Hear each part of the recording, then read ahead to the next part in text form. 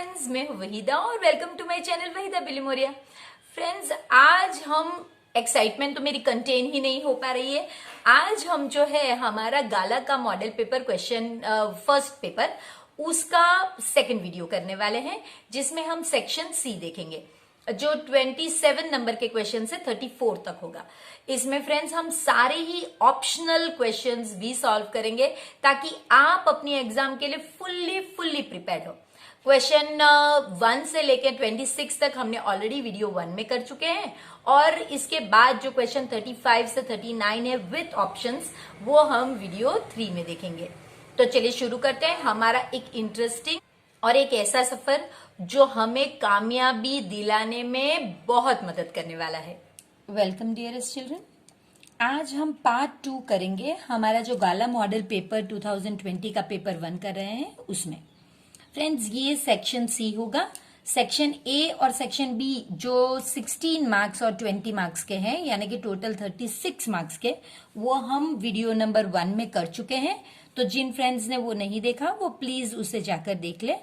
और आप यहां से पार्ट सी यानी कि सेक्शन सी आप कंटिन्यू कर सकते हैं। तो सेक्शन सी में जो पहला क्वेश्चन है फ्रेंड्स वो आपके लिए ये है कि ऑन डिवाइडिंग दिस, ये एक आपको पोलिनोमियल दिया गया है जिसे आपको जीएक्स नाम के पोलिनोमियल से डिवाइड किया है। तो उसका कोशेंट एंड रिमाइंडर, ये कोशेंट है और ये रिमाइंडर, ये आपको कैसे पता चला? क्योंकि आपके लिए वर्ड रिस्पेक्टिवली यूज किया गया है।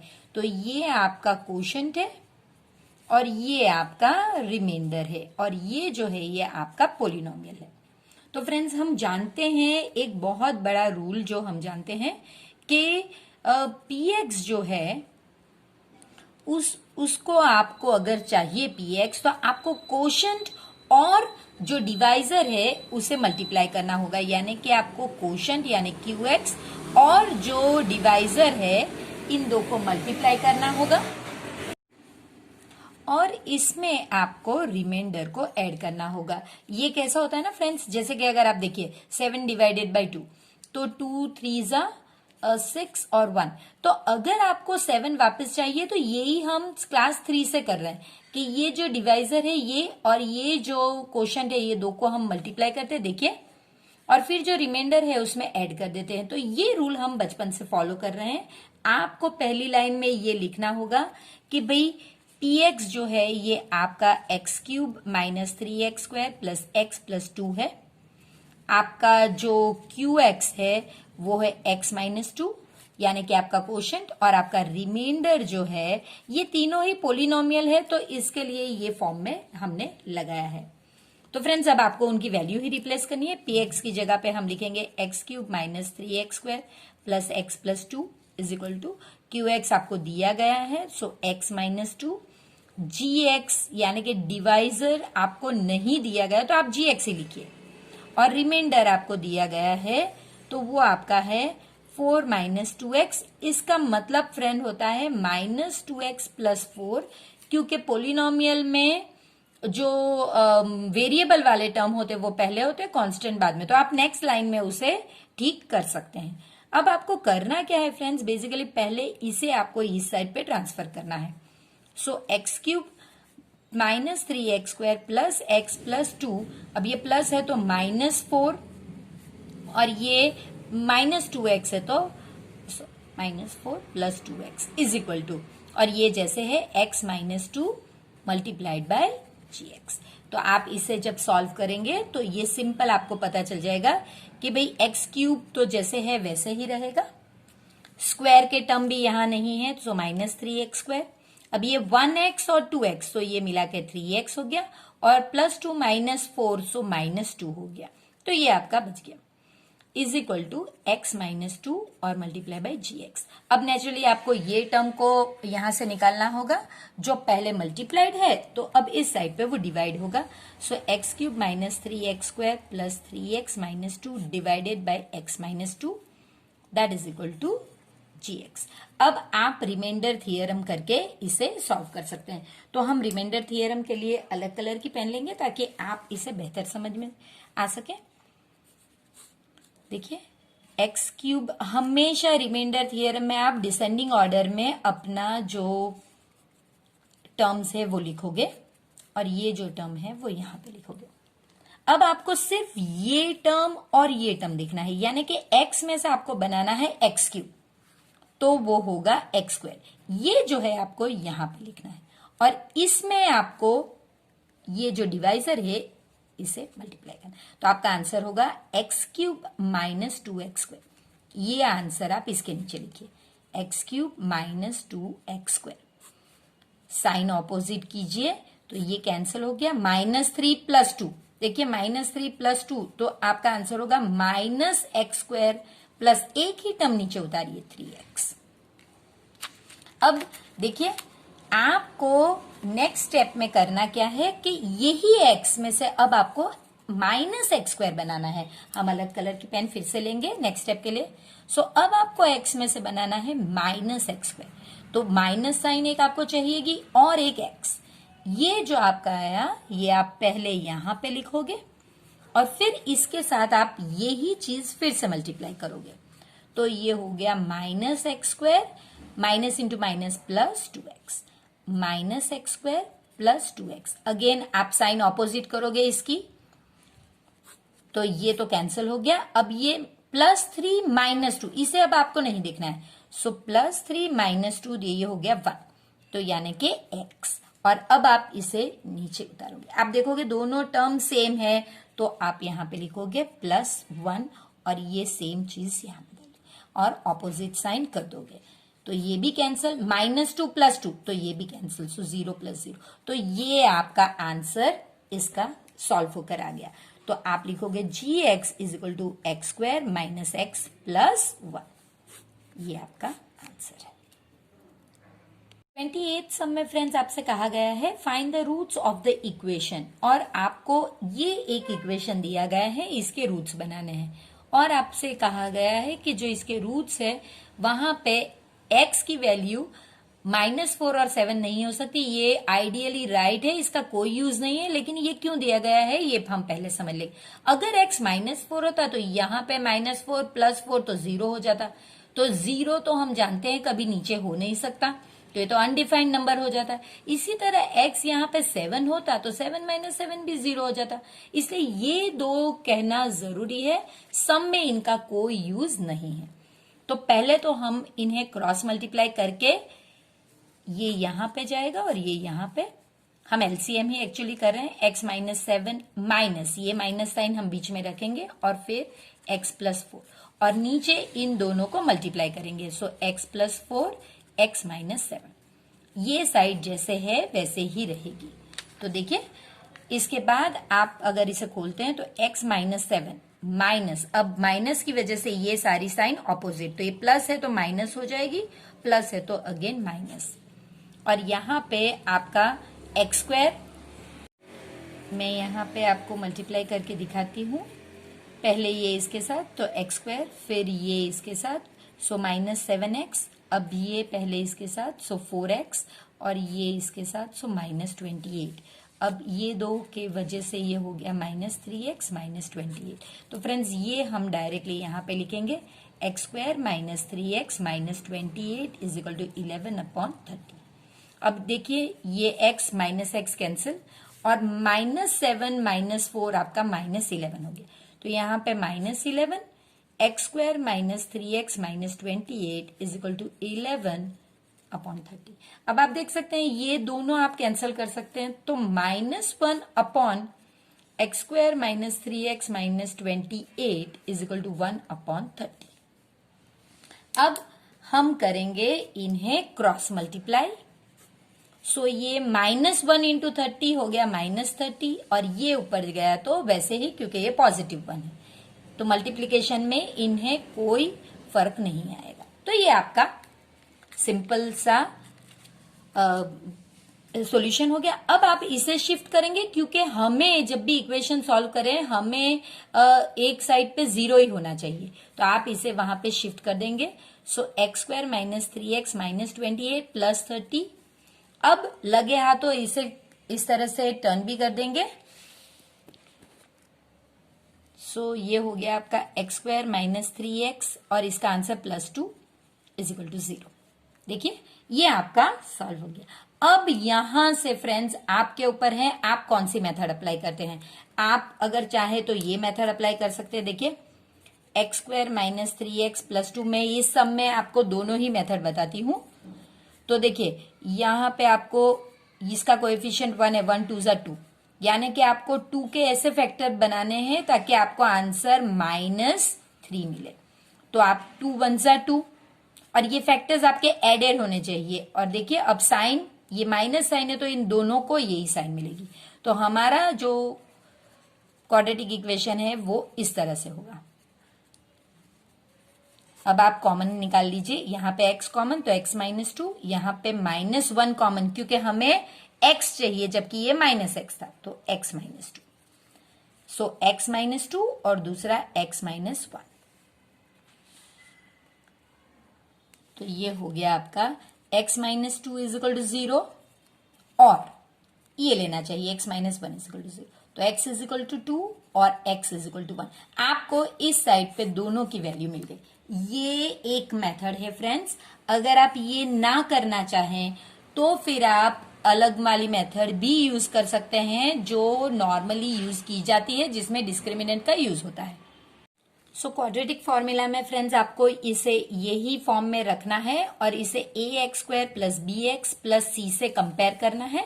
तो आपको पता चल गया कि भाई a तो इसका कोएफिशिएंट कुछ नहीं है तो 1, b जो है ये -3 है और c आपका 2 है, क्योंकि प्लस c है ये भी +2 ही है।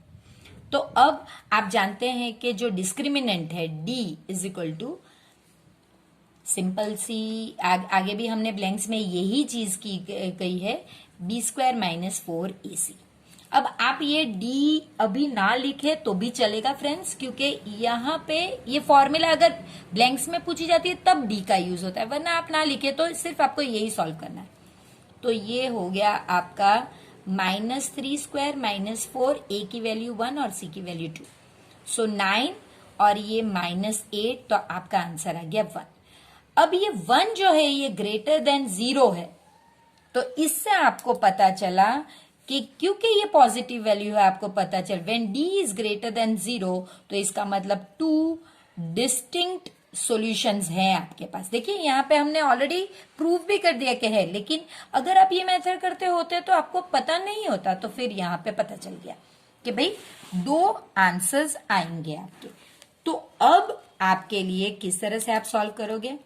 अब x ढूंढना है, तो क्योंकि ये तो x ही है तो फॉर्मूला क्या होगी फ्रेंड्स, x = -b प्लस और minus root b² - 4ac upon 2a।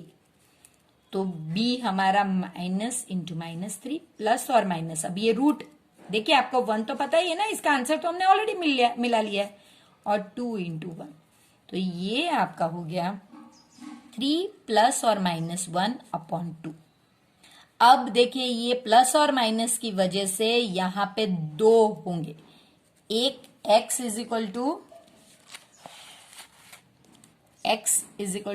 3 + 1 upon 2 और x = 3 - 1 अपॉन 2, तो यहां पे तो 4 अपॉन 2, तो यहां x = 2 आपको मिल जाता है, जबकि यहां 2 अपॉन 2 तो ये 1, x = 1।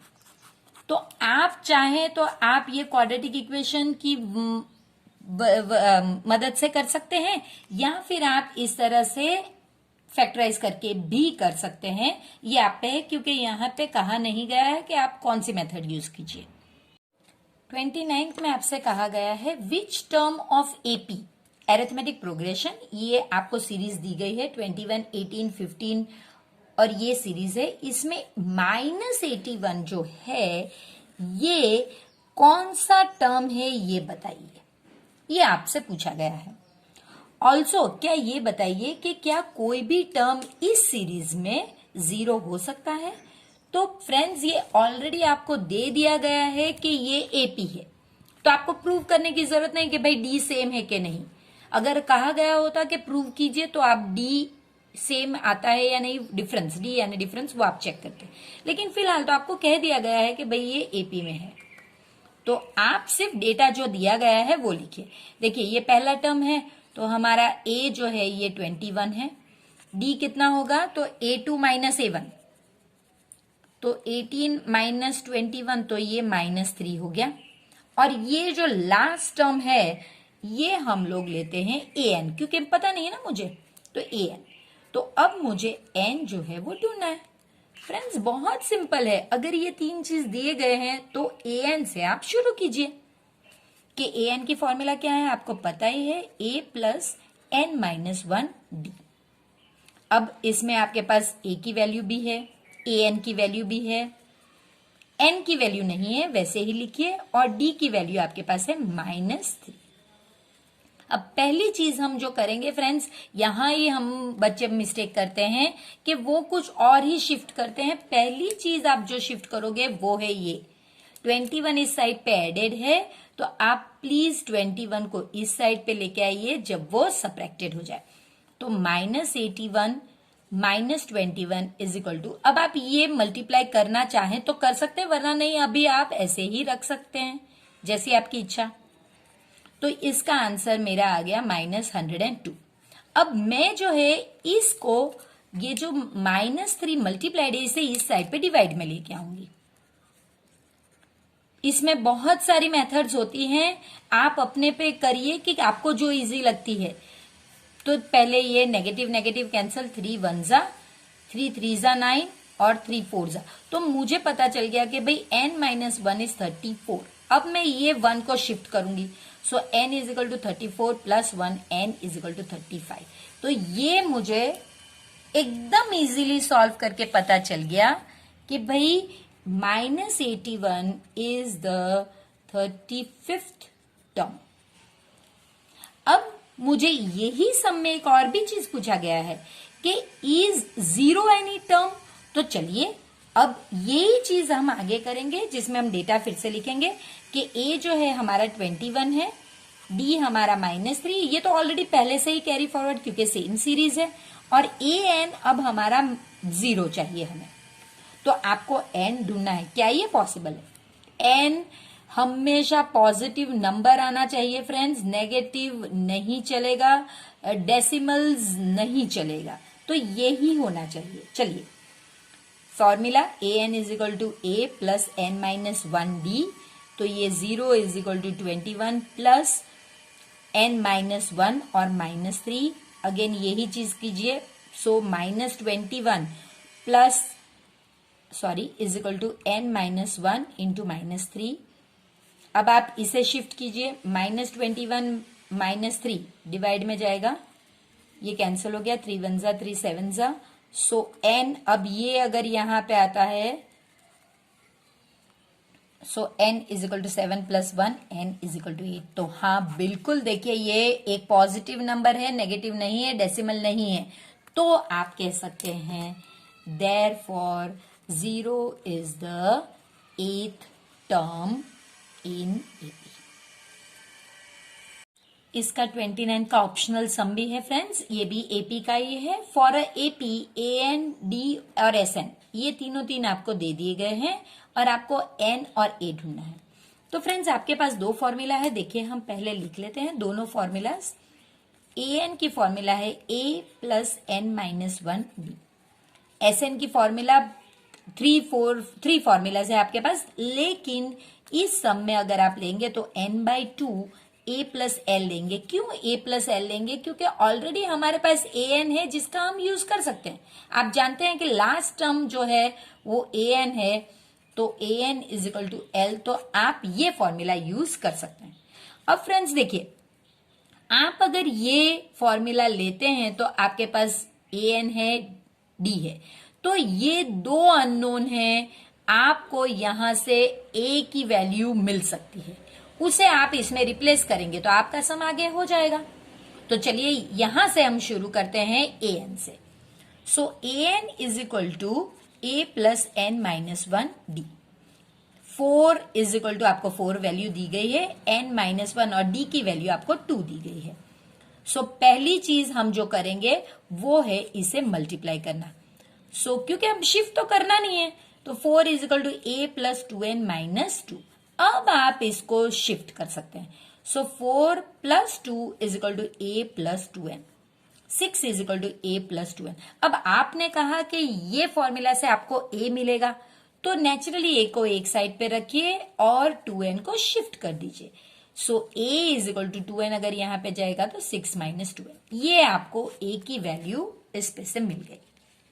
अब हम Sn की वैल्यू Sn का फॉर्मूला यूज करके करेंगे। So sum of n natural number, not natural number, sum of n is n by 2 a plus l।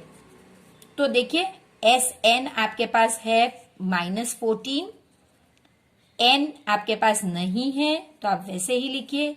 a आपके पास है 6 माइनस 2n और l यानी के l आप जानते हैं an है, लास्ट टर्म है तो वो an है, क्योंकि an का मतलब भी लास्ट टर्म ही होता है, nth टर्म है। तो ये आपका 4 हो गया। तो देखिए अब आप पहला काम जो करोगे वो इसे शिफ्ट करोगे, तो ये डिवीजन में इस साइड पे मल्टीप्लाइड होगा n और ये आपका 2 माइनस 2n हो गया।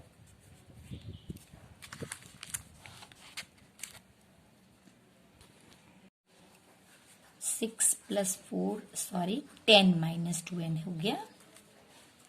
अब आप इसके बाद जो काम करोगे वो है इसे ओपन करना, ए ब्रैकेट को। सो -28 इज इक्वल टू ये हो गया आपका 10n और ये -2n²। अब सिंपल आप क्वाड्रेटिक इक्वेशन एक बाजू इसे 28 को लेकर आइए और क्वाड्रेटिक इक्वेशन बना के अरेंज करिए। आप 0 इज इक्वल टू 10n, अभी मैं सिर्फ इसे इस साइड पे ला रही हूं, अरेंज में नेक्स्ट स्टेप में करूंगी। -2n² प्लस 28, इसका -2n² प्लस 10n प्लस 28 होता है फ्रेंड्स। लेकिन हम जानते हैं कि अगर आपको n नेगेटिव है तो आपको इसे पॉजिटिव करना चाहिए, क्योंकि ये जो n² वाला टर्म नेगेटिव नहीं होना चाहिए। तो आप इसे मल्टीप्लाई बाय -1 कीजिए। यहां पे भी आप मल्टीप्लाई बाय -1 करोगे लेकिन कोई फर्क नहीं आएगा। तो that is equal to 2n² minus 10n minus 28। अब आपका इक्वेशन राइट है। अब देखिए सब में सेम 2 है तो डिवाइड बाय 2 कीजिए, इजी करने के लिए friends. So n² minus 5n minus 14 is equal to 0। ये हमारा मेन इक्वेशन आ गया। अब ये आप पे है कि आप कौन सी मेथड लेकर इसे सॉल्व करते हैं। अगर ये 1 14 जा, सो 14 को आपको ये साइन देखिए सबट्रैक्ट करना है इसके फैक्टर्स को, ताकि आंसर -5 आए। तो आप जानते हैं कि 7 2 जा, अगर जब भी आप सबट्रैक्ट करते हो ये साइन हमेशा बड़े को मिलती, इसको ऑपोजिट साइन मिलती।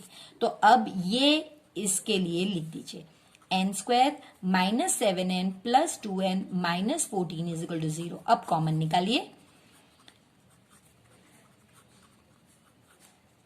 तो अब हमारे पास n माइनस 7 और n plus 2 is equal to 0। अब हम जानते हैं ये 0 से इक्वेट करके करना होता है और ये करिए, तो n इज इक्वल टू 7 और n इज इक्वल टू -2। अब क्योंकि हम जानते हैं कि n नेगेटिव नहीं है, इसलिए हम लेंगे n इज इक्वल टू 7। सो हमें जो पहला है वो है n इज इक्वल टू 7 मिल गया। लेकिन हमें दो चीज ढूंढनी थी फ्रेंड्स, याद कर रखिए। आपको a नंबर में नहीं मिला था, आप जानते हैं a is equal to 6 minus 2n मिला था। अब इसमें n की वैल्यू रिप्लेस कर दीजिए, 6 minus 2 into 7, so 6 minus 14 that is equal to -8। बिल्कुल हो सकती है, a की वैल्यू -8 हो सकती है। तो आपने दोनों चीज, यहाँ पे -8, आपने दोनों चीजें ढूंढ ली है। क्वेश्चन नंबर 30 में फ्रेंड्स आपसे कहा गया है in what ratio does the point, यानी कि ये एक पॉइंट है, ये उस लाइन सेगमेंट को, यानी कि एक लाइन सेगमेंट है जो पॉइंट A -6 और 10, यानी कि ये x और y पॉइंट है, और B जो 3 -8 को, ये जो एक पॉइंट है -4 और 6, जिसका x और y कोऑर्डिनेट -4 और 6 है, ये कौन से रेशियो में आपको डिवाइड करता है, इस लाइन सेगमेंट को डिवाइड करता है, ये आपका क्वेश्चन है। तो फ्रेंड्स हम जानते हैं कि अगर हमें ये m1 दिया गया होता, नॉर्मली यहाँ पे पॉइंट जो होता है वो m1 और m2 होता है नॉर्मली जब दिया गया होता है तब, और जब आपको ढूंढना होता है तब आप m1 m2 नहीं लेते हैं, तब आप k और 1 लेते हैं। यानी कि फर्क क्या होता है ये मैं सिर्फ आपको एक्सप्लेनेशन कर रही हूं। आइडियली ये जो x पॉइंट है ये इसकी फॉर्मूला होती है m1 x2 plus m2 x1 upon m1 plus m2। ये इसकी फॉर्मूला है, ये जो x है उसकी, और जो y है उसकी फॉर्मूला होती है m1 y2। अब यहाँ y में लेना है, जैसे कि ये x1 y1 x2 y2, तो m1 y2 plus m2 y1 upon नीचे तो m1 प्लस m2 ही रहता है।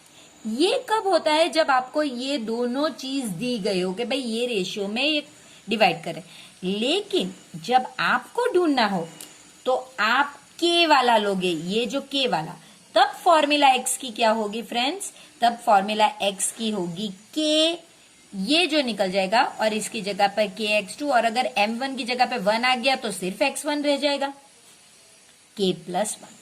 इसी तरह y की फॉर्मूला होगी k y2 plus y1 upon k plus 1। तो अभी हम ये फॉर्मूला लेंगे क्योंकि जो रेशियो है ये अननोन है, हमें इसे ढूंढना है। तो आप x आपके लिए क्या है -4, so that is equal to k हमें पता नहीं, x2 हमें पता है 3, x1 हमें पता है -6, k हमें पता नहीं +1। तो ये आपका हो गया -4 is equal to 3k -6k plus 1।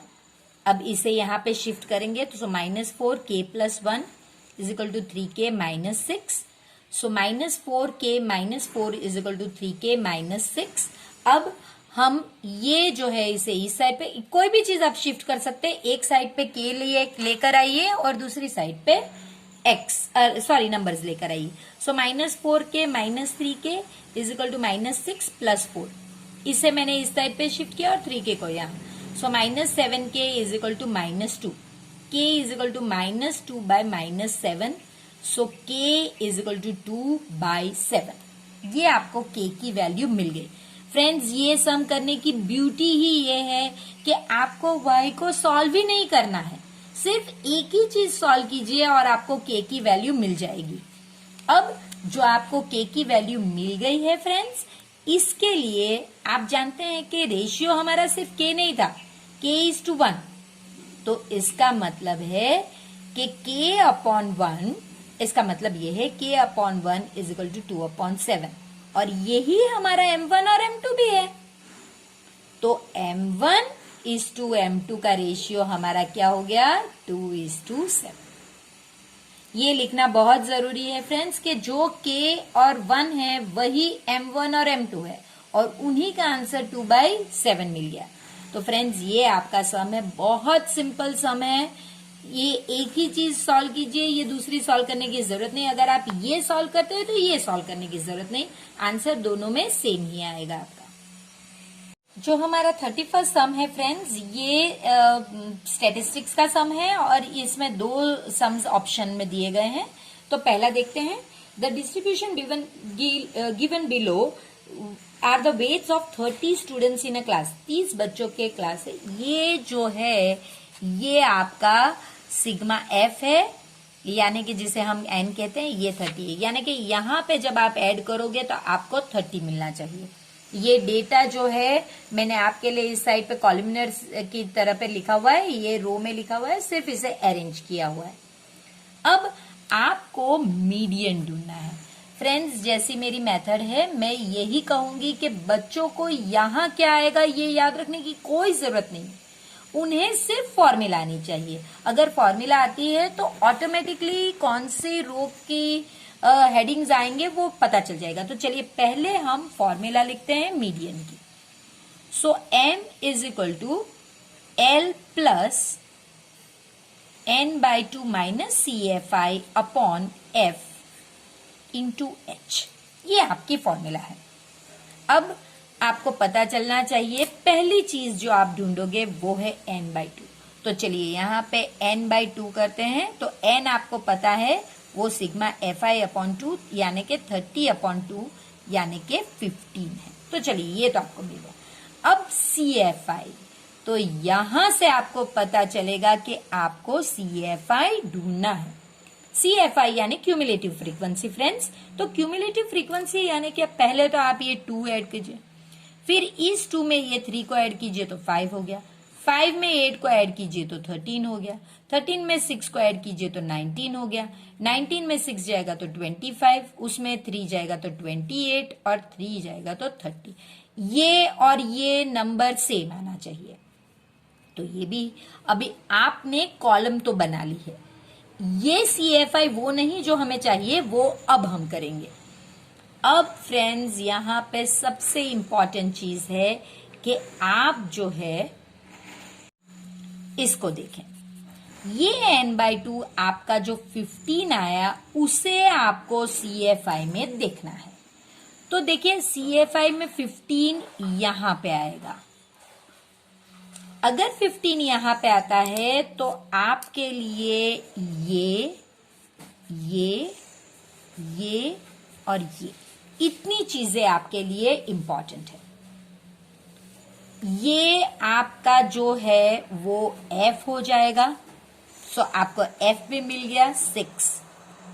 आपका जो मीडियन क्लास भी मिल गया आपको 55 to 60, और इसका लोअर वैल्यू तो वो भी आपको मिल गई, यानी आपको L मिल गया, F मिल गया। और 60 में से 55 माइनस कीजिए तो 5, ये आपको हाइट भी मिल गई। और CFI आपके लिए फ्रेंड्स ये होगा। तो ये आपको CFI 13 मिल गया। तो आपको जब भी मीडियन हो आपको ये याद रखना है कि ये पॉइंट लेना है, ये पॉइंट लेना है और ये पॉइंट लेना है। ये पॉइंट का काम नहीं है हमें। तो इतनी चीजों से आपको पूरी सारी चीजें मिल गई, बस उन्हें रिप्लेस करना है फ्रेंड्स। कितना इजी है। तो चलिए अब रिप्लेस करते हैं। हमारा जो L है हमने फाइंड आउट किया है 55, n/2 हमने ऑलरेडी 15 ढूंढ लिया है, फिर CFI हमारा 13 है, आप देख सकते हैं, F हमारा 6 है और हाइट हमारी 5 है। तो ये हो गया 55 प्लस ये हो गया 2/6 इंटू 5, तो 1 जा 3 जा। सो 55 प्लस 5/3 ये हो गया 55 प्लस 1.67, तो ये 56.67। ये हमारा मीडियन। देखिए, तो आप अगर चाहें तो आप नीचे इस तरह से लिख सकते हैं, median weight of students is 56.67। अगर आप ये लिखते हैं तो केजी कंपलसरी, क्योंकि ये मीडियन वेट है। जैसे मैंने कहा था 31 का एक और वाला सम भी है, ऑप्शनल सम भी है। The table below shows the daily expenditure of food of 25 house hold, यानी कि आपको पता चलना चाहिए कि ये आपका सिग्मा FI है, तो यहाँ पे टोटल आपका 25 होना चाहिए, जो आइडियली होता भी है, आप चेक कर सकते हैं। इसके बाद आपको यही चीज मैंने किया हुआ है, इस तरह से आपको डेटा दिया गया है, मैंने सिर्फ अरेंज करके रखा है ताकि हम आगे कर सके। अब आपको मीन ढूंढना है इस एक्सपेंडिचर ऑफ फूड का, लेकिन आपको मेथड जो यूज करनी है वो है स्टेप डेविएशन मेथड। मैं अगेन यही कहूंगी फ्रेंड्स कि आपको इस तरह से याद नहीं रखना है, आपको इतना ही याद रखना है कि भाई अगर स्टेप डेविएशन मेथड है तो ये यूफी मेथड है, यूफी मेथड है, स्टेप डेविएशन यूफी मेथड है। और इसमें आप पहले फॉर्मूला लिखिए।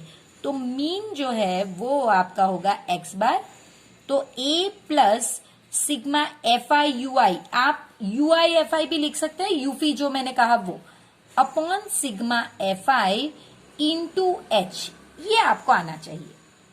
तो अब आप जानते हैं, देखिए ये तो आपके पास है सिग्मा FI, तो आपके पास है, बिल्कुल दिया गया है।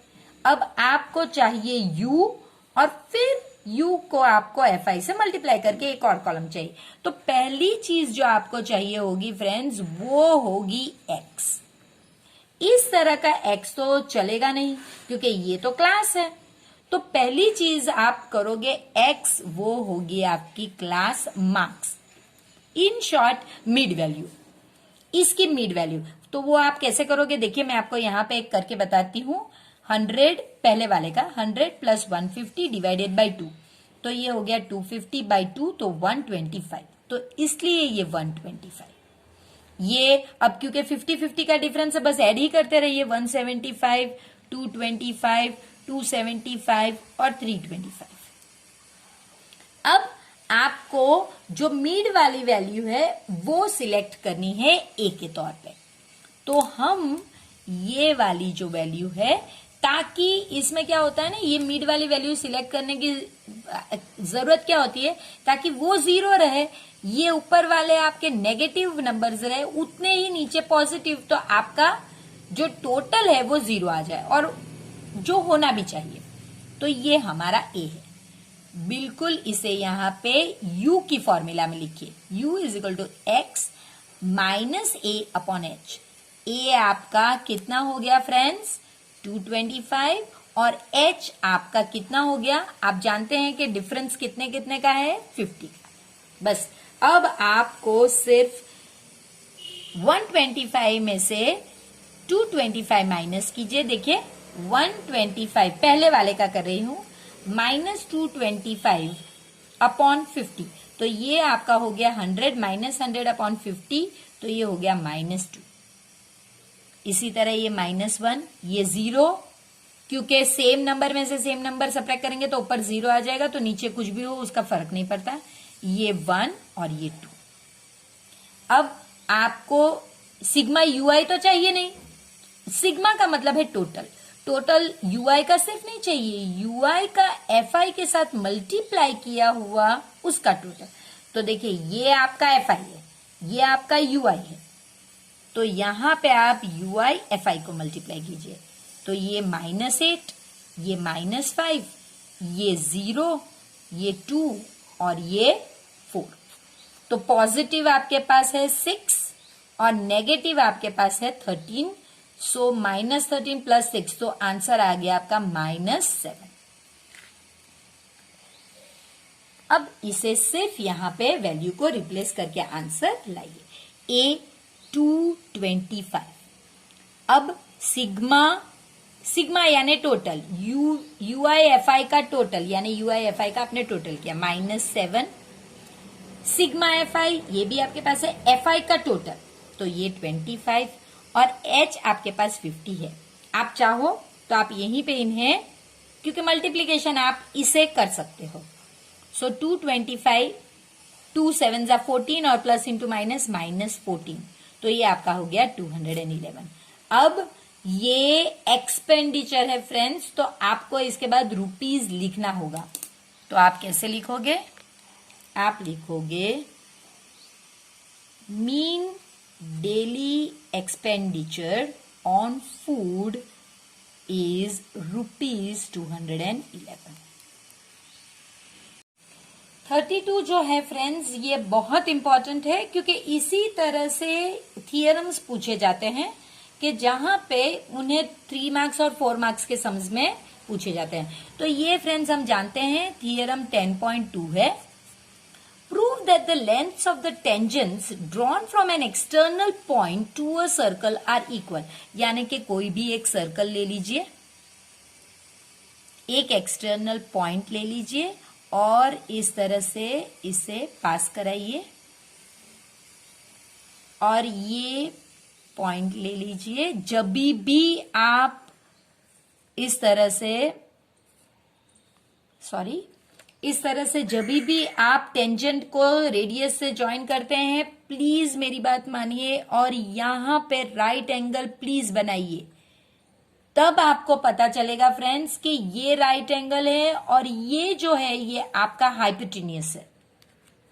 तो इसी तरह से आप सॉल्व करेंगे। तो चलिए हम जो पॉइंट्स ले रहे हैं वो हम लिख लेते हैं। हम मानो कि इसे ओ लेते हैं, नाम दिए नहीं गए हैं, तो आप एक को पी क्यू लीजिए और दूसरे को पी आर लीजिए। अब फ्रेंड्स जब हम ये गिवन और लिखेंगे तब आप प्लीज इसे ऑर्डर में ही लिखिए। ये तो मैंने आपको एक्सप्लेन किया कि आपको जो पूछा गया है वो आपको पहले हमेशा गिवन लिखना है, उसके बाद टू प्रूव लिखना है, उसके बाद ही आपको डायग्राम ड्रॉ करके फिर प्रूफ स्टार्ट करना है। तो प्लीज आप पहले वही कीजिए। जैसे कि अगर हम गिवन लिखते हैं तो हम गिवन यहीं पे लिख लेते हैं। गिवन आपको यहीं पे से बनाना है। टू टेंजेंट्स, टेंजेंट्स के नाम क्या है, पीक्यू और पीआर।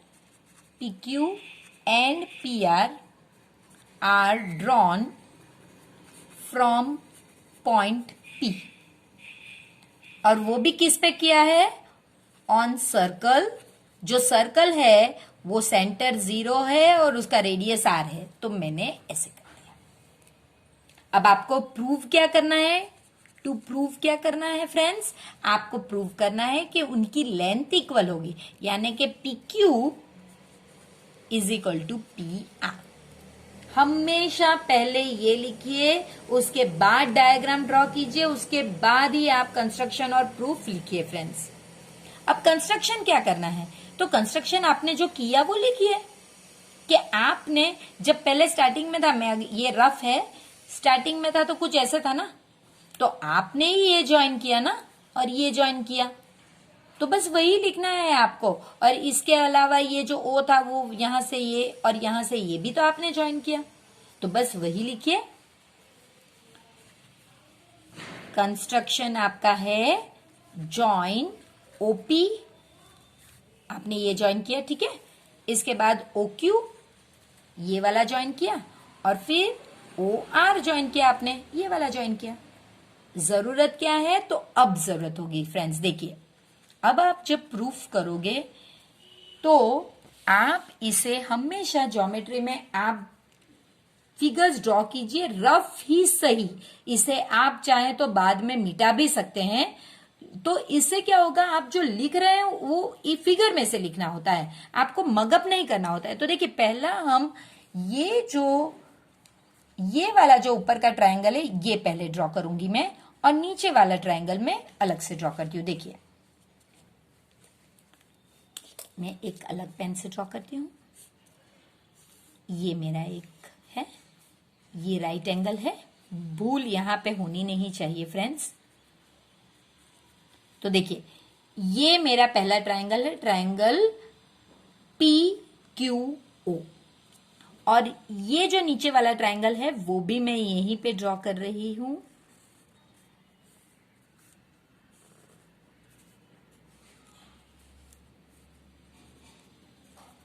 और ये मेरा है पी आर ओ। अब इसमें सिमिलैरिटी क्या है, देखिए कॉन्ग्रुएंस तो मुझे प्रूफ करना होगा ना। तो देखिए पहली चीज तो ये राइट एंगल है और ये राइट एंगल है, सो वो लिखूंगी मैं। फिर दूसरा ये दोनों मेरे रेडियस है तो वो भी इक्वल हो गए, और ये तो आप देख सकते हैं कि कॉमन साइड है, तो मेरे पास आर एच और एस एक राइट एंगल होना चाहिए। ये केस में एक हाइपोटेनियस है और एक साइड है, तो आर एच एस से मेरा कॉन्ग्रुएंस तो हो गया। और फिर इसके बाद में सीपीसीटी से बता सकती हूं कि ये दोनों कॉन्ग्रुएंट है। बस इतना ही करना है फ्रेंड्स। तो चलिए अब आप प्रूफ स्टार्ट कीजिए। In triangle P Q O and triangle P R O R H S ना, तो पहले एंगल क्यू, देखिए पहले इसका है तो एंगल क्यू लिखिए। Angle Q is equal to angle R, that is equal to 90 degree. तो ये तो आपको दिया ही गया है, तो ये आपका आर हो गया। फिर आप हाइपोटेनियस की बात कीजिए, OP is equal to OP, ये तो सेम ही है, क्यों, क्योंकि वो तो सेम साइड है, तो ये आपका हो गया एच। और अब कोई भी एक साइड, तो O Q is equal to O R. हमेशा पहला जो है यही ट्रायंगल का होना चाहिए और दूसरा ये ट्रायंगल का होना चाहिए। तो ये क्यों है भाई, क्योंकि ये तो रेडियस ऑफ सेम सर्कल है, तो ये आपका हो गया एस। तो RHS क्राइटेरिया आपका हो गया। Therefore by RHS criterion triangle PQO is congruent to triangle PRO। और अगर वो कॉन्ग्रुएंट है तो आप जानते हैं कि कॉन्ग्रुएंट होने से आपको पता चल जाए कि तीनों एंगल भी सेम है और तीनों साइड भी कॉन्ग्रुएंट हो सकती है। सो इसके लिए therefore PQ is congruent to is equal to PR। यही आपको प्रूव करना था ना, तो यही आपको लिखना है कि ये कैसे हुआ। आप यहां पे लिखिए CPCT और therefore both tangents PQ and PR from point P outside circle are equal। Friends, जो सम नंबर 33 है इसमें आपको कहा गया है कि ये जो फिगर है इसमें एक square inscribed in a quadrant, मतलब कि एक सर्कल का जो क्वाड्रेंट आता है, जैसे कि ये एक सर्कल है तो सर्कल का अगर आप यहां से इस तरह से करो तो ये एक क्वाड्रेंट कहा जाता है। ये तो इसके अंदर एक स्क्वायर बना हुआ है। आपको ये जो पार्ट है सिर्फ ये क्वाड्रेंट का, ये पार्ट का एरिया कितना है ये ढूंढना है। तो फ्रेंड्स, क्वाड्रेंट का एरिया तो हमें पता ही है कि क्वाड्रेंट सर्कल का 1/4 होता है, तो सर्कल का एरिया अगर πr² होगा तो क्वाड्रेंट उसका 1/4, तो ये तो हमें पता है। अगर हम एक क्वाड्रेंट में से एक स्क्वायर को माइनस कर देते हैं तो आप आराम से कर सकते हैं। तो देखिए, ये मैं जो फिगर अब आपके लिए ड्रॉ कर रही हूं फ्रेंड्स, ये आपकी अंडरस्टैंडिंग के लिए है, तो प्लीज समझने की कोशिश कीजिए कि इस तरह का अगर मैं एक क्वाड्रेंट लेती हूं और उस क्वाड्रेंट में से मैं एक स्क्वायर माइनस कर देती हूं तो मुझे ये जो है एक्स्ट्रा पार्ट, ये जो एक्स्ट्रा पार्ट है ये मिल जाएगा। अब आपको दिया क्या गया है वो देखते हैं। आपको दिया गया है कि OA यानी कि इतना, सिर्फ ये 20 है और ये स्क्वायर है तो नेचुरली ये भी 20 होगा। तो आपको यहां पे 1/4 πr4, तो R तो दिया ही नहीं गया है फ्रेंड्स, तो R हम ढूंढेंगे कैसे? ये तो मिल गया चलो, लेकिन ये R आप ढूंढोगे कैसे? तो वो R ढूंढने के लिए फ्रेंड्स आप ये सर्कल का, ये स्क्वायर का डायगोनल ढूंढोगे। ये जो डायगोनल है वो एक्चुअली में रेडियस है। तो आई होप फ्रेंड्स आपको समझ में आ गया होगा कि पहले आपको यहां से शुरू करना है कि कैसे आप ये सर्कल का ये स्क्वायर का एरिया ढूंढेंगे। फिर आप ये स्क्वायर को दो ट्राइंगल में डिवाइड करके ये जो डायगोनल है उसका मेजर ढूंढेंगे। वो मेजर आप R के तौर पे यूज करके ये क्वाड्रेंट का मेजर में से फिर ये माइनस करेंगे। तो फ्रेंड्स, सम पहले समझना बहुत जरूरी होता है और मैं चाहती हूं कि आप इस तरह से रफ में फिगर ड्रॉ कीजिए ताकि बहुत इजी लगे। तो चलिए पहले हम शुरू करते हैं area of square. Area of square, तो इसका नाम है OABC। सो OABC ये आपका स्क्वायर का नाम है। तो आपको पता है साइड स्क्वायर इसका फॉर्मूला है, सो 20 × 20 तो 400, और क्योंकि ये सेंटीमीटर है तो सेंटीमीटर स्क्वायर, ये तो आपको मिल गया। अब आपको देखिए ये जो स्क्वायर है इसका डायगोनल है, तो ये एक ट्राइंगल, इसमें से एक ट्राइंगल बन गया। देखिए ये आपके पास 20 है, ये आपके पास 20 है, 90 डिग्री है, तो ये हाइपोटेनियस है, तो इससे आपको डायगोनल मिल जाएगा। तो आप लिख सकते हैं कि इसका नाम दे दीजिए OAB।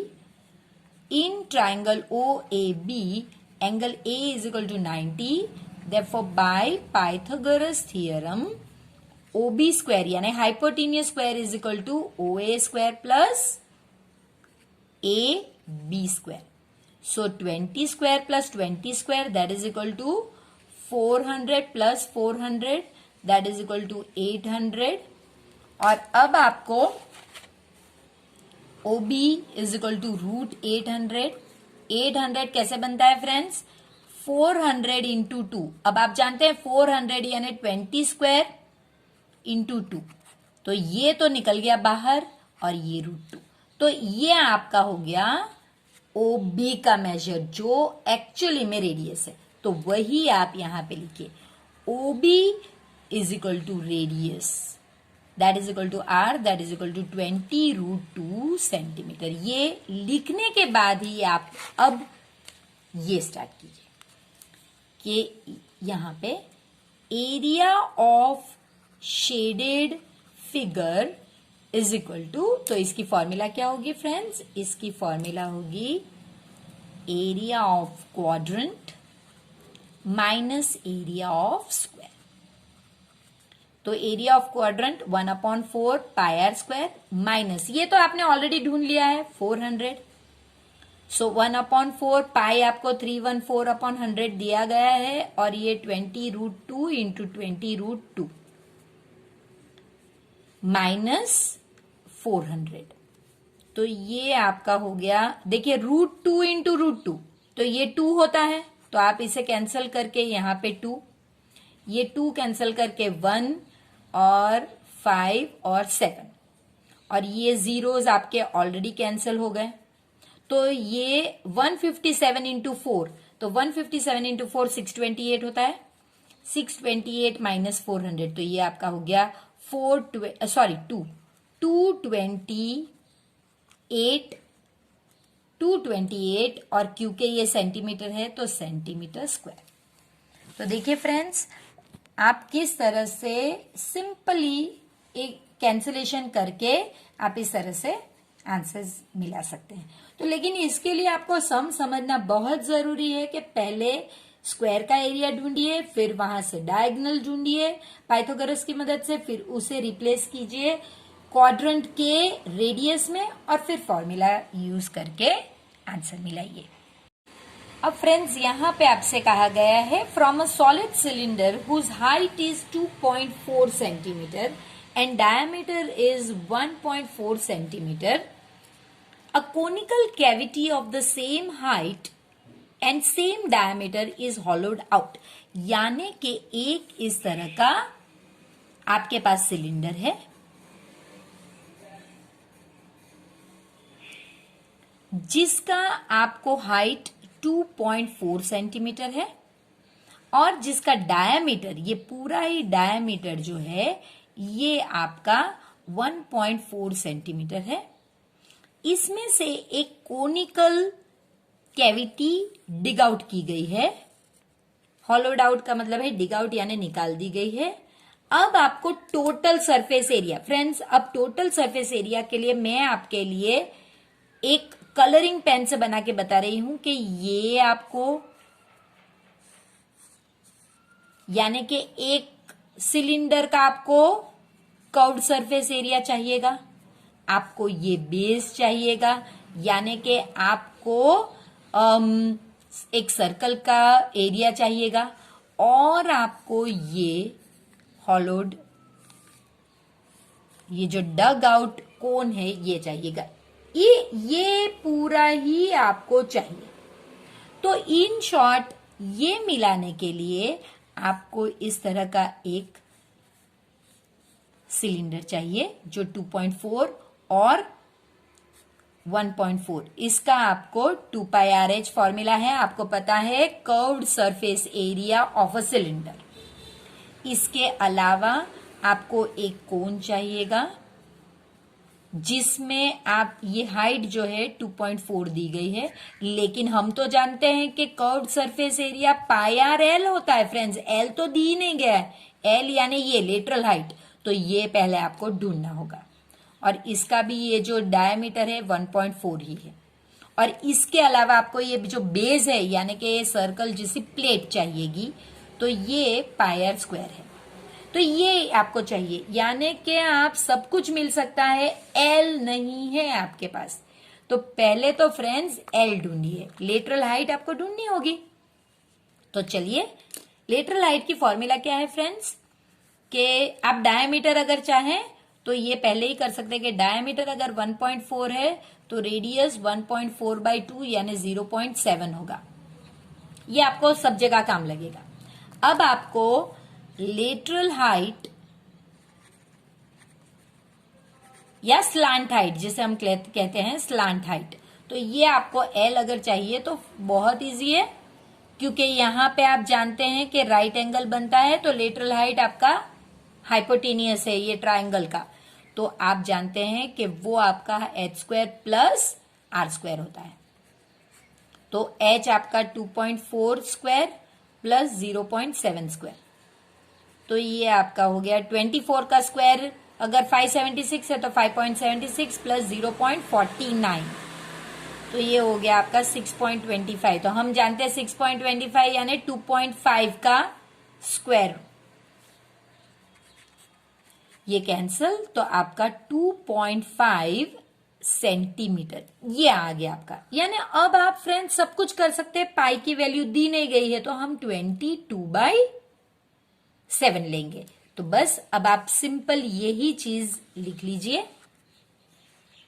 ये फिगर देखिए और हमने जो करना है वो लिखिए, total surface area is equal to, आपको जो सरफेस एरिया टोटल, उसमें पहले आपको क्या चाहिए, CSA ऑफ सिलेंडर,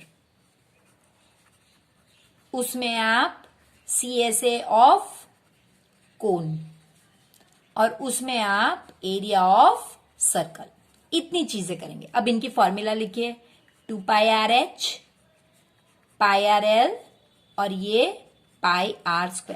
अब आप जानते हैं फ्रेंड्स, क्योंकि सभी में जो पाई है वो सेम वैल्यू है, सभी में आर जो है वो कॉमन 0.7 ही है, तो आप चाहे तो आप कॉमन निकाल सकते हैं फ्रेंड्स। पाई आर कॉमन निकाल दीजिए, यहां पे 2h, यहां पे l और यहां पे एक r बच जाता है। इसे लेकर आगे बढ़िए। अब वैल्यूज रिप्लेस कीजिए, 22/7, ये 0.7 था तो 7/10, 2 इंटू हाइट हमारी 2.4 है, प्लस एल लेटरल हाइट हमने कितनी ढूंढी है फ्रेंड्स, ये हमारी 2.5 है, और रेडियस हमारा कितना है 0.7, ये तो कैंसिल हो गया। सो ये हो गया आपका 2.2 और ये हो गया आपका 4.8, सो 4.8, 2.5, 0.7, सो ये 15 और 5 20 और ये 8, सो 8, सो 16 और ये 16, सो 17.6 सेंटीमीटर, और ये एरिया है तो यहां पे आपका स्क्वायर आएगा। तो फ्रेंड्स अब आपको पूछा है कि सम, आप देखिए सम में ये नहीं पूछा कि उसको पॉइंट में डालिए, सम में आपको पूछा है नियरेस्ट, तो आप यहां पे 17.6 नहीं लिख सकते हैं, आपको लिखना है नियरेस्ट इज 18 सेंटीमीटर स्क्वायर, यानी इसके पास का कौन सा है, तो 18 सेंटीमीटर स्क्वायर, ये आपका TSA यानी कि टोटल सरफेस एरिया है फ्रेंड्स। ये इस पार्ट का लास्ट सम है, जहां पे आपको पूछा गया है कि metallic spheres of radii 6 centimetre, 8 centimetre and 10 centimetre respectively are melted to form a single solid sphere, यानी कि आपके पास 3 मेटेलिक स्फीयर्स हैं, ये 6 सेंटीमीटर की रेडियस वाला है, ये 8 सेंटीमीटर और ये 10 सेंटीमीटर, इन्हें आपको पिघालना है और इनमें से बनाना है एक बड़ा स्फीयर, और इसका रेडियस आपको ढूंढना है। फ्रेंड्स ये स्टैंडर्ड 6 से ये सम आते हैं कि जब भी कोई चीज को अगर आप पिघाल के बनाना चाहें तो वो वॉल्यूम के सम होते हैं। तो यहां पे ये कंसेप्ट क्लियर होना चाहिए कि भाई वॉल्यूम का सम है, और क्योंकि ये स्फीयर्स है तो वॉल्यूम इन 3 का आप जब ऐड करोगे तो इसका वॉल्यूम बनना चाहिए, इतना सिंपल है फ्रेंड्स। तो पहली चीज तो हमें जो पता होनी चाहिए कि वॉल्यूम ऑफ स्फीयर की फॉर्मूला, वॉल्यूम ऑफ स्फीयर की फॉर्मूला क्या है फ्रेंड्स, इसकी फॉर्मूला है 4/3 πr क्यूब। फ्रेंड्स हमने अभी आगे ये शॉर्ट सम्स में किया हुआ है। ये जो है तब हमने हेमिस्फीयर का किया था, याद कीजिए, तब हमने 2/3 पाई आर क्यूब लिखा था क्योंकि वो आधा स्फीयर था, ये पूरा है। तो बस फ्रेंड्स इतना ही करना है आपको। चलिए स्टार्ट करते हैं। Volume of big sphere is equal to volume of sphere 1 plus volume of sphere 2 plus volume of sphere 3। तो ये आप लेंगे 4/3 पाई, इसका आप कैपिटल आर लिखिए, R cube is equal to, और यहां पे आप लिखोगे 4/3 पाई R1 क्यूब प्लस इसका R1 लेते हैं, इसका R2 लेते हैं, इसका R3 लेते हैं।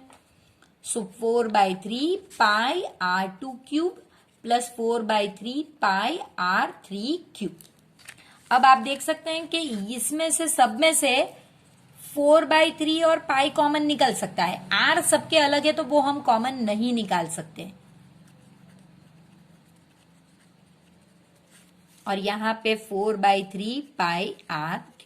अब ये और ये दोनों साइड पे कैंसिल हो सकते हैं और simple R cube is equal to R1 cube plus R2 cube plus R3 cube. Friends ये फॉर्मूला में से इजी बनाना बहुत जरूरी है, वरना आपको बहुत सारा कैलकुलेशन करना पड़ेगा। अब सिर्फ इतना ही कैलकुलेशन करना है। अगर आप रिप्लेस कर दोगे पहले तो बहुत ज्यादा कैलकुलेशन होगा, तो फॉर्मूला को ही सिंप्लीफाई कीजिए। अब ये तो हमें पता नहीं, तो ये ही कर लेते हैं भाई। 6 cube plus 8 cube plus 10 cube, तो ये आपका हो गया 216 प्लस 512 प्लस 1000, तो 1728। और हमें अगर यहां से आर क्यूब 1728 है, अगर मुझे आर चाहिए सिर्फ, तो मुझे यहां पे क्यूब रूट लगाना होगा 1728, और इसका आंसर है 12 का जो क्यूब है वो, तो ये और ये कैंसिल, और आर मेरा हो गया 12, और क्योंकि ये सेंटीमीटर थे सारे, ये 12 सेंटीमीटर हो गया। तो आई होप फ्रेंड्स आपको इस वीडियो में भी उतना ही मजा आया होगा जितना मेरे आपने पहले वीडियो को अप्रिशिएट किया था। तो फिर मिलते हैं सेक्शन डी में, जो हमारा 3rd वीडियो होगा। और तब तक तो आपको पता ही है आपको क्या करना है। वीडियो को लाइक करना है, इसे अपने फ्रेंड्स के साथ शेयर करना है, और जरूर चैनल को सब्सक्राइब भी करना है। और सिर्फ आप नहीं, आपके फ्रेंड्स को भी करवाइए, क्योंकि उन्हें भी तो पता चले कि मैथ्स कितना इंटरेस्टिंग है।